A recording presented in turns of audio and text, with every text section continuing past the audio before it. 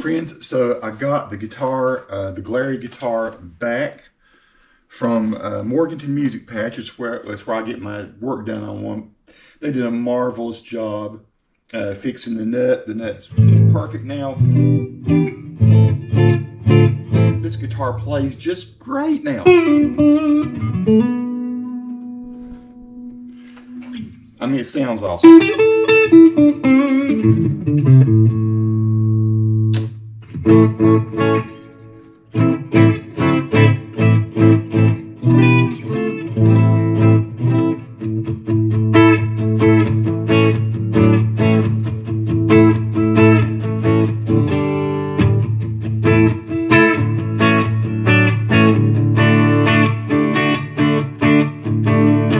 This is sort of my final review of this guitar, and I just want to say it's beautiful, it plays great, feels great, neck feels great, it looks really nice, it's super cheap, it's not made to perfection, and so I got some really good and bad news. First of all, they were able to make all the repairs that needed to be done, and it wasn't very expensive. It's like 70 bucks, 75 bucks to get the nut slot cut really well, and then to level off some of the frets, and so now there are 0 buzzy frets anywhere on it. I've tried it all over the neck, no bad frets. It's set up perfect. It's great. There was one bad issue with it though, and that is that the truss rod was not installed correctly. Whoever did the truss rod, it is actually loose inside the neck, and if you shake the guitar, I'm going to unplug the, so maybe I don't have to. Right there, the truss rod is actually loose inside the neck, so the truss rod is useless unless you were to take the fretboard off and then reset somehow the truss rod. I found this out from the Luthier that's there.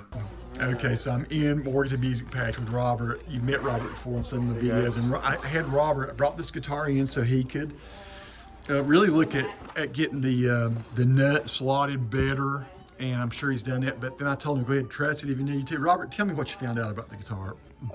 So, you know, it's a cheap guitar, you know? Yeah. So, you know, I'm really impressed with a lot of things. I'm impressed that they're able to put something like this together and sell it for under $200. But it did require significant work to make it playable, and there's some things that, you know, I can't change that kind of kill it for me. So the main thing being, the truss rod is, oh man, truss rod's loose in there. It's loose in there. It's just you're rattling around. So you couldn't truss it. Yeah, so there's nothing I could do about the straightness of the neck. Another thing, this is something that I can easily fix. I don't know if it's going to be communicated well over the video, but Tony, you can hear the that's vibrating. Like a little bit of buzz, yeah. So that's not off of the fretboard. That's actually this part of the saddle is loose. And there's a little wire that holds it all down, or is supposed to. Yeah. But see, it's not really doing it anymore. Yeah. But I had already adjusted that before you came in, and now that I've taken it out of the bag, it's doing it again. Oh, okay. So you know, this kind of that shows could intermittently happen if I.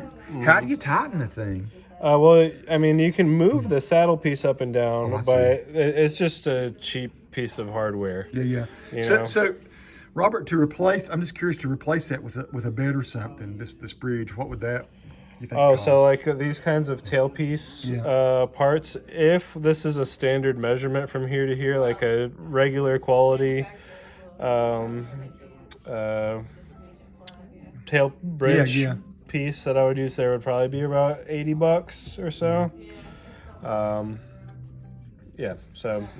So it's playable now. You did do Yep. now, and it was it you or was it it was the other guy? So right? Colton did a good amount of this work. Yeah. So He did some fret leveling. yeah, he actually just about leveled the whole fretboard. He would have worked on this the whole day if I hadn't stopped him. That's just he's really wants to do a good job. Now Robert, one thing we noticed the last time I was in here that I hadn't noticed before is that the knobs set kind of high. And you told me the reason for that. You said they just don't. If in cheaper guitars they just don't shim on the back side. Is that what usually happens? So the reason why these knobs are sitting above the surface of the top of the guitar is because there's supposed to be spacer washers on the inside of the guitar, kind of keeping the end of the potentiometer lower inside of the guitar, and that way the knobs would sit flush with the top, but they didn't bother with that. Tell me, why do you think, because this is odd, it's odd they would put the jack there. Why do you think they did that? You got a clue? Or? As opposed to being in the side? Kind of, I guess, down here usually, is it? Usually kind of, yeah. Just a style choice, I guess? Yeah, just a choice. I hate having output jack in the front of the guitar. Yeah. But that's where it is. Well, the thing about it is, it does play pretty good. It's this. I just knew. Oh, that's so much better now, man. Oh yeah, it was. You've knocked a millimeter almost off of the space between the first fret and that's the height of the nut and everything. So Colton, did Colton do that too? Yeah. Yep. Good job, Colton. Tell him, and I'm going to give him some extra money because he did go above and beyond and. It's still a guitar that I like. It plays pretty good. It plays pretty decent. Yeah. It's just if something happens to the neck with this, and it's forget about it. We're not adjusting the truss rod on this. So, Robert, thank you again for just being willing to and folks, Morganton Music Patch. I just met a gentleman if he doesn't mind being on my YouTube channel. He says he's followed me in LA and he lives in North Carolina now, and Morganton, and so the store just keeps getting better and better. And again, what's your apprentice's name again? This is Rebecca. Rebecca. I met Rebecca today, and she's doing some work over here. Looks like she's working on a bridge for an acoustic guitar, maybe. Is that what that is? Looks Saddle. like saddle, I mean. So awesome. If you're in Morganton, North Carolina, and you want to check out some cool guitars and fiddles and cellos and good grief, banjos and all kinds of stuff, or just meet a really cool guy like Robert, just come by. But still, if nothing goes wrong with the neck, it plays great. So I would say one caution, and that's just in my case, it may be just a very weird thing that happened at Glarry. Could be that I wouldn't think this is a problem that you'd find all the time, right? But, so if anything seriously goes wrong with the neck of this guitar, there's no adjusting the truss rod on the neck of this guitar. Fortunately, it's sitting there just perfect. It's really straight, and it's a good solid neck. And so the guitar itself is still just fine and plays just as good as any guitar that I've got that's this type of guitar, an ES335 sort or type of guitar.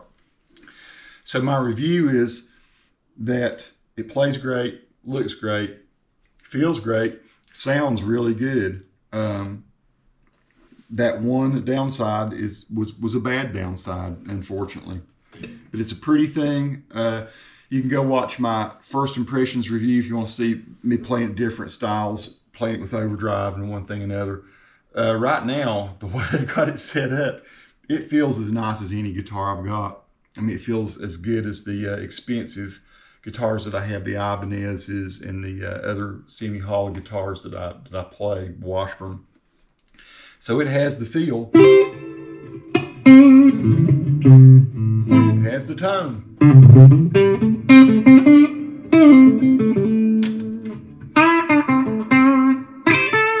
It has the playability. It's got a nice look.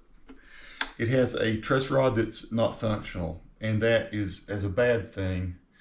But by golly, it's a cool guitar. It's a cool guitar for $179 or whatever they charge for it. So certainly I would consider still getting one of these. I would just shake it and check the truss rod when you get it, make sure that you got a good one. If it were not for that, I can't think of anything that I would criticize about this guitar.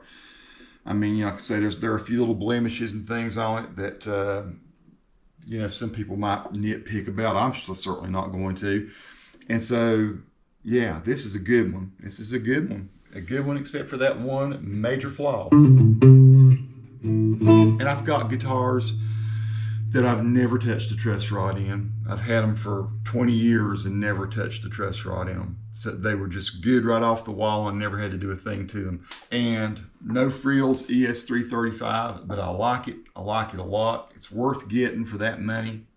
Just check it out. Check it out really well. And I think they'll stand behind their, you can certainly return it. And if you get one that is faulty in some way.